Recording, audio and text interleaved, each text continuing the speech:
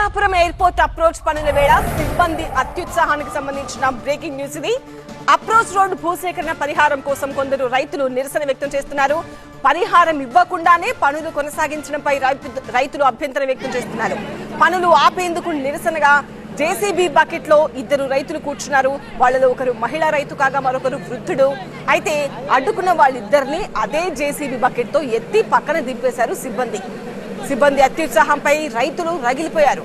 తర్వాత పోలీసుల జోక్యంతో వివాదం సద్దుమణిగింది.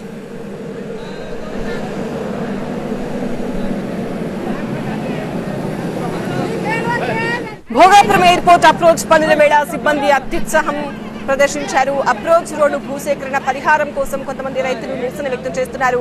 పరిహారం ఇవ్వకుండానే పనులు కొనసాగించడంపై రైతులు అభ్యంతరం వ్యక్తం చేస్తున్నారు.